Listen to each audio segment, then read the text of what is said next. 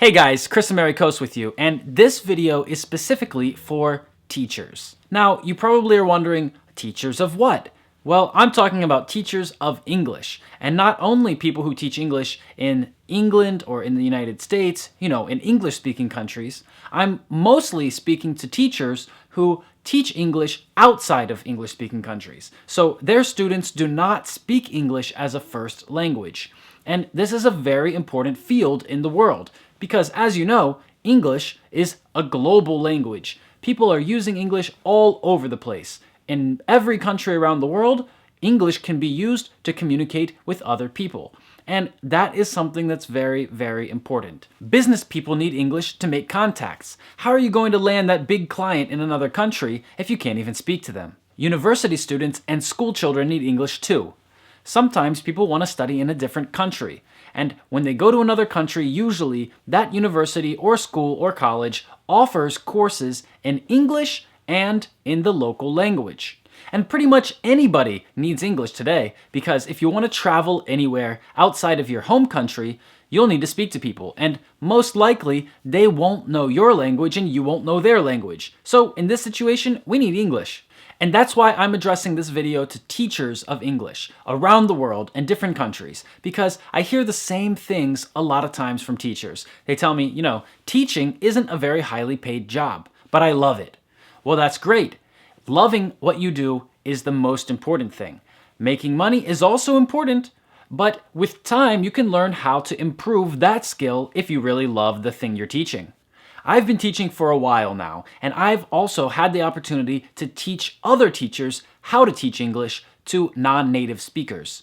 And I feel really lucky that I've been able to have this experience and that I've been able to use it to its full potential. What do I mean by that? I mean that I've been able to help a lot of students get the results that they want. And now I help teachers get the results that they want for their students. Because let's face it, everybody needs to eat. And why pay for something that doesn't give you results? That's what your students are thinking. And when your students come to you, they have a result in mind. They know what they want, and you need to understand that. The better you understand what they want, the easier it's going to be for you to give it to them. And in order to understand what they want, you need to have a very structured approach. From the very first time that you speak to this student or potential student, you need to already know what's going to happen. Because a good teacher is in control. A good teacher can use any situation to his or her advantage. And a good teacher can work with all types of students. Now, I know from my own personal experience that starting out as a teacher can be really, really difficult. Especially when you don't know the material you're teaching, when you don't know what to expect from students and what students want from you. And there are different types of teachers with different types of problems. Native speaking teachers usually have a big problem connecting with students at the beginning of their career. They also have to face a lot of dilemmas that arise from people not thinking that they are professional. One of the biggest obstacles that native speaking teachers have to overcome is being professional, proving that they're a real teacher. Because a lot of people who see them and who hear that they're a teacher might think, hey, he's just another guy off the street. He just speaks English and that's why he thinks he can teach it.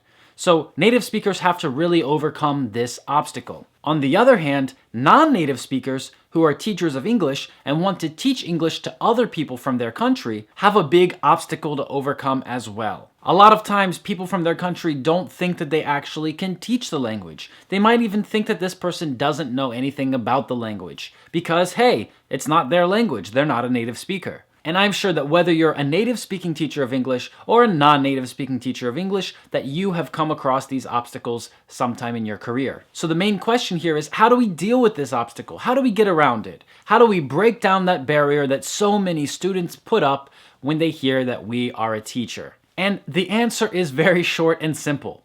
Professionalism.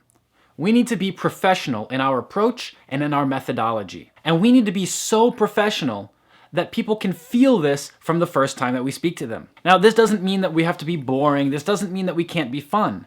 This means that we need to be focused. We need to be focused, we need to be professional, and we need to let the student know that with us, they're definitely going to get the results that they're looking for. Now, how do we do that? If you're a non-native speaking teacher right now, you might be saying, well, it's impossible for me because they'll always want to go to a native speaker. But that's not true. I can tell you from firsthand experience that a lot of students do better when they study with a teacher who's a non-native speaker, but who's from their country. And maybe if you're a native speaking teacher right now, you're saying, well, I can never do that because I don't speak the language of the students who have low levels. How are they ever going to understand me in the classroom? And I can tell you from my firsthand experience again that some students do better with native speakers even when they don't speak any English at all. So as I told you, the answer is professionalism. And the answer is having the right method and the right approach to teaching. And yes, that's the short answer. And I expand on that idea and on many other ideas that will help you become a better teacher, retain more students, and get better results in my webinar series and in my video courses. So if you are a teacher of English and you would like to make improvements and get better results than what you're getting right now, if you'd like to get more students, keep more students, and be able to expand your student base, just click the link below this video to get in contact with me. Or you can send me a message on any of my social networking pages. And if you're just here for the free content, that's cool too. Feel free to leave a comment under this video and tell me what you think. What else can you do to make students more confident in your abilities and help your students get better results? If you are a teacher manager or a teacher trainer, get in contact with me as well because we have a lot of teacher training programs that'll really help all of your team get better results. And if you're a Language Center owner or manager and you're looking for a group deal, feel free to click the link below and contact me as well, because we help teachers get better results and we help language centers get better results. Thanks for taking the time to watch this video, and I'll see you next time.